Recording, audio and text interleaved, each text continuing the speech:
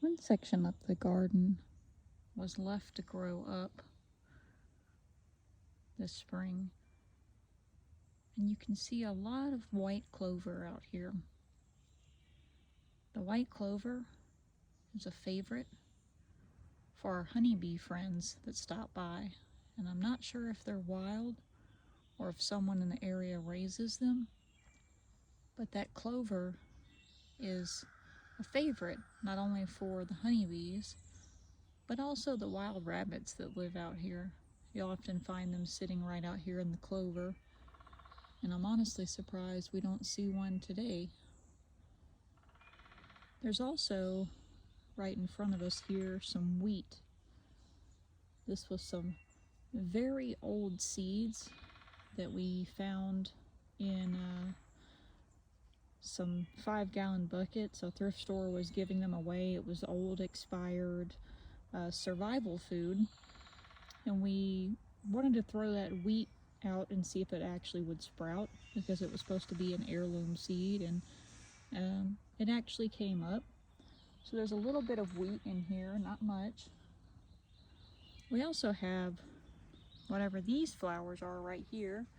It might be some sort of weed. You can't see it too well, it won't zoom in.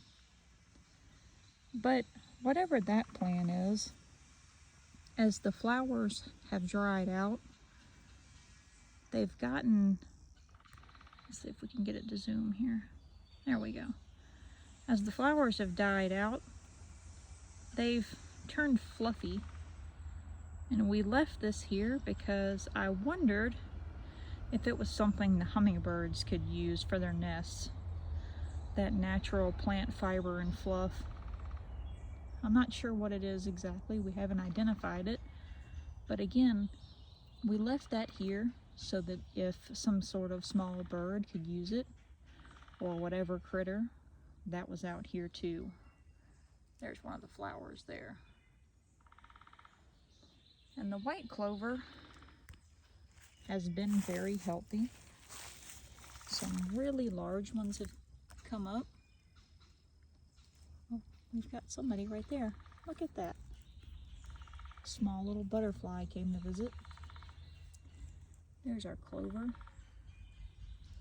But you know, one of the interesting things about this is we actually noticed red clover for the first time. I've never seen it grow out here before. We've thrown some of the seed heads out years past and never had any luck. But sure enough, look right here in the middle.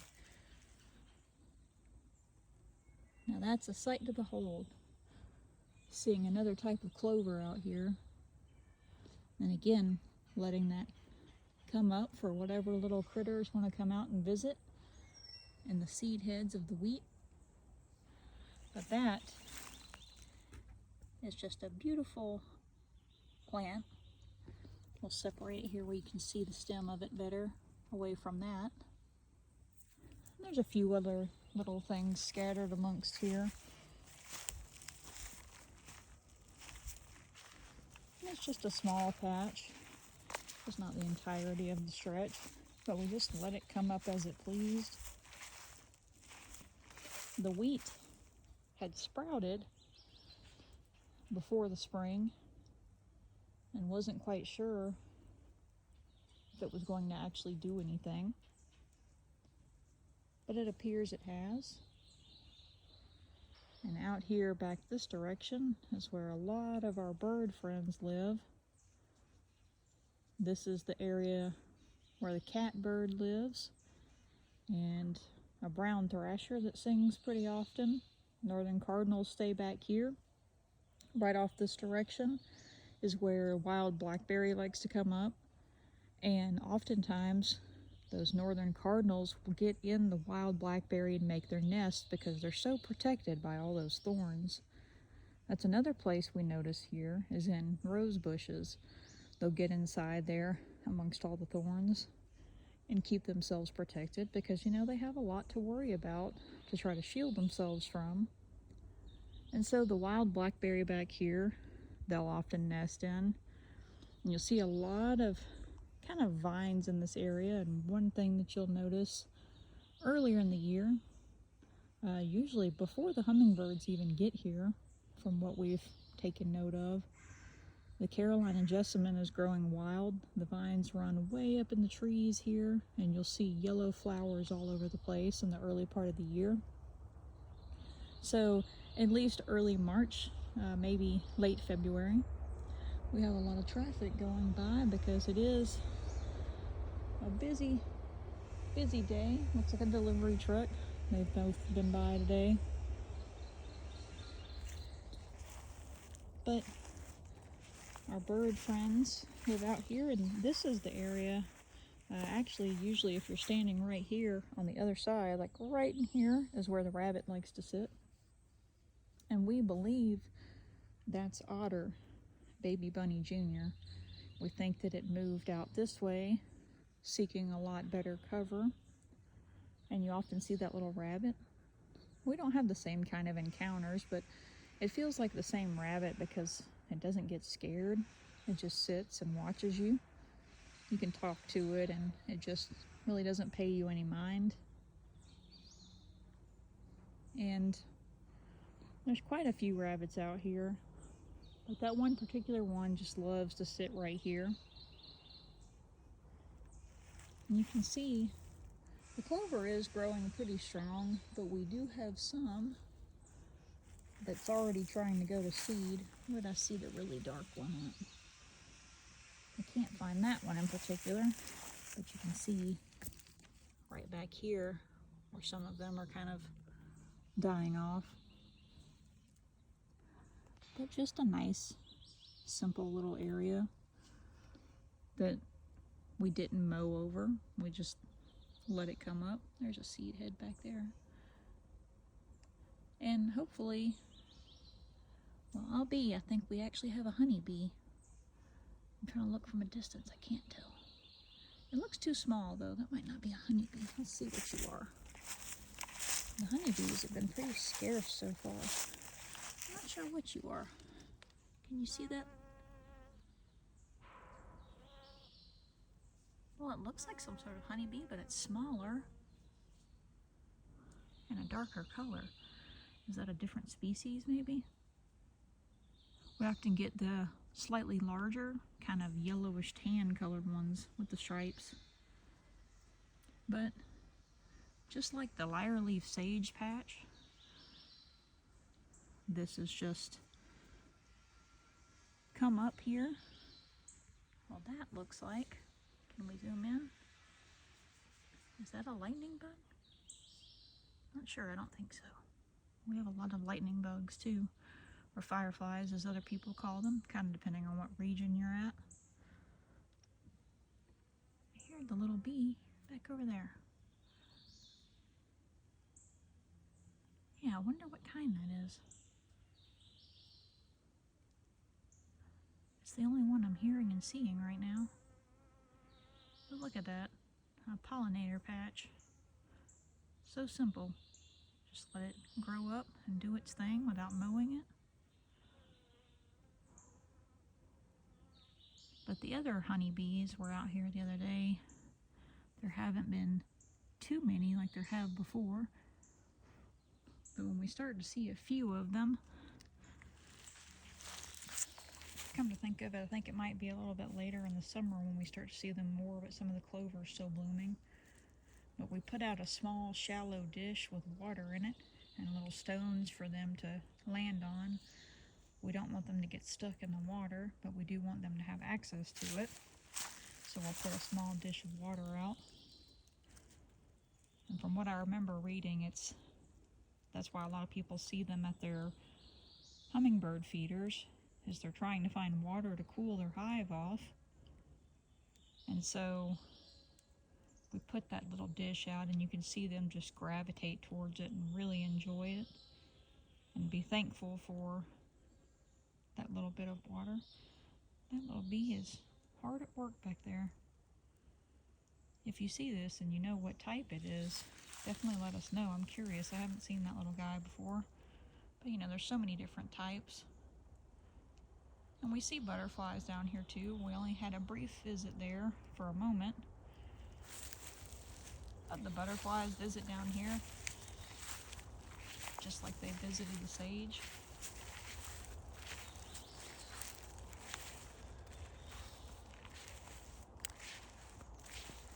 And the birds are flying around back here kind of quietly, wondering what's going on, why I'm out here for so long. I was checking on some corn growing, hoping we'll have a little bit of luck there. We came across some old storage seed we haven't planted in a while, and usually the old garden spot here just gets mowed, but we left this portion and then dug a little bit up and planted some heirloom corn. We tried some other seeds that we had found. It was not in the freezer, different little bags that were stored. We got a different guy right here. There's another little bee. Look how popular that clover is.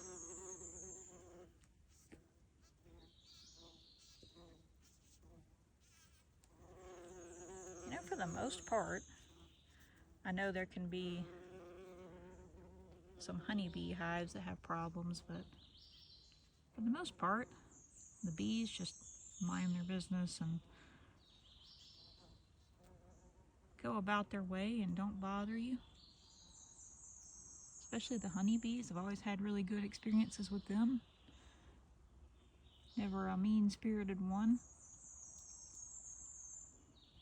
Oh, right back there. Who is that? What kind of bird are you? Yellow. I'll be just sitting out here. We've had some neat little encounters. You can see that pokeweed growing back there. I don't think the berries have came on yet. But I have seemingly lost my train of thought. I got so distracted by that little bee.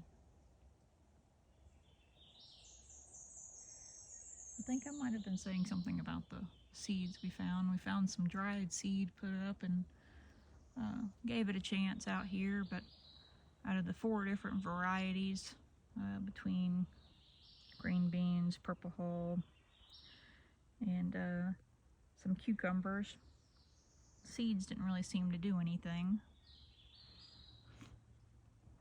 And I'm not sure if any of those were heirlooms, honestly. That's one thing I love, is when you get heirloom seeds, you can save them for next year and replant. We had a fun experience with that once when we bought some heirloom birdhouse gourd seeds, and we had real good success with those little birdhouse gourds. And I sat out at the old shop in the doorway and cleaned them out, and I picked up most of the seeds, but some of them dropped and fell down. And wouldn't you know, the next year we had birdhouse gourds running around in front of the shop, and we were able to harvest some more. They came back the next year. And something cool about those birdhouse gourds, hopefully you all don't mind the ramble out here at the garden today. Hopefully it's enjoyable. We're about to have some rain come in, as you may can see, with the cloudy skies, so we won't be able to do our hummingbird stream. But the birdhouse gourds, not just for birdhouses. One year, I think it might have been that second year they came up in front of the shop, it seemed like all the Halloween pumpkins were so expensive to find anywhere around here. People sell them, but they were just so costly. There goes the hummingbird chirping. She's over there in the honeysuckle. The male's been displaying to her a lot today. But those pumpkins were just too expensive. And so, you know what we did? Those birdhouse gourds were ready by then. So we dried them out, and then we very lightly used tools and cut out the face of a jack-o'-lantern in that gourd and painted the outside of it. And it was really fun. It was very different.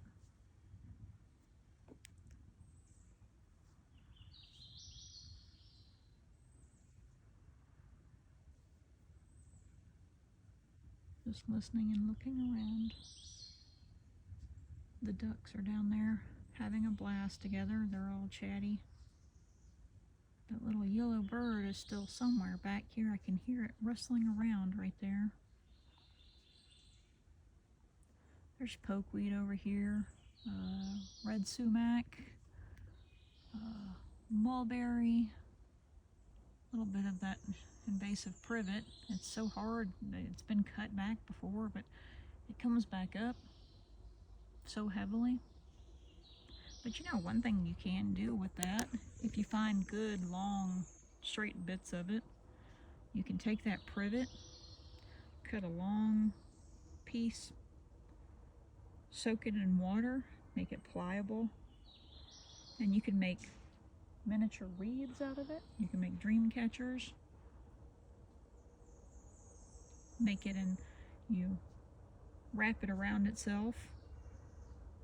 And then what I like to do is, since you have soaked it and it has to dry, if you want it to hold a really nice round shape, I'll go the cardinal back there. But if you want them to hold a nice round shape, fit your loop, your mini wreath or what have you, fit it over something round of a similar size. Like if it's something really little, fit it over a glass jar and let it sit there and let it dry. And when it's fully dry, it'll slide off of there. It'll be a really nice circle shape. It'll be a little bit more dried, so it should come right off of wherever you have it set around. But there's a trick for that. And then back here also, nice poplar. And up there, looks like an oak tree, a really tall oak tree. We've got all the pines back there. There's a sweet gum. Sweet gum likes to take over too. There's quite a few things back here. But again, such a nice brushy cover that all the birds and the rabbits like to live back here.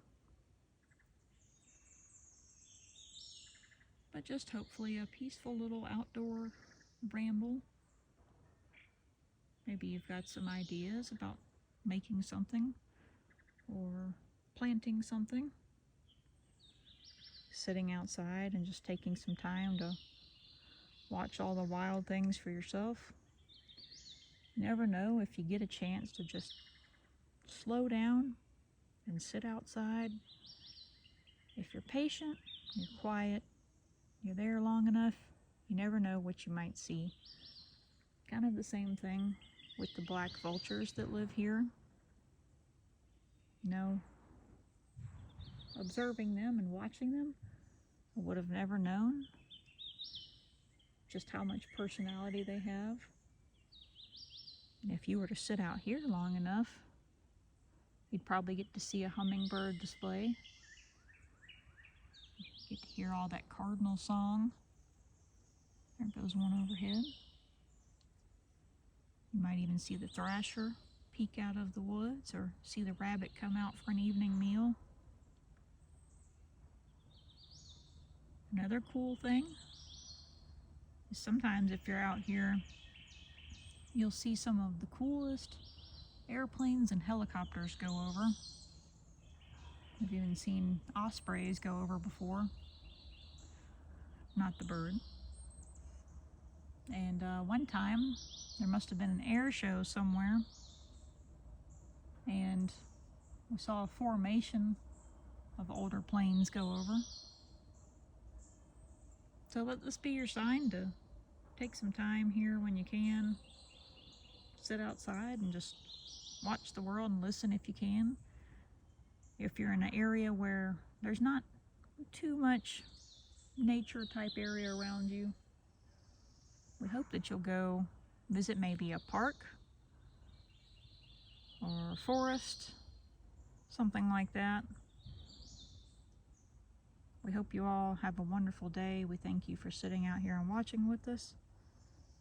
And until the next video or live stream, take care.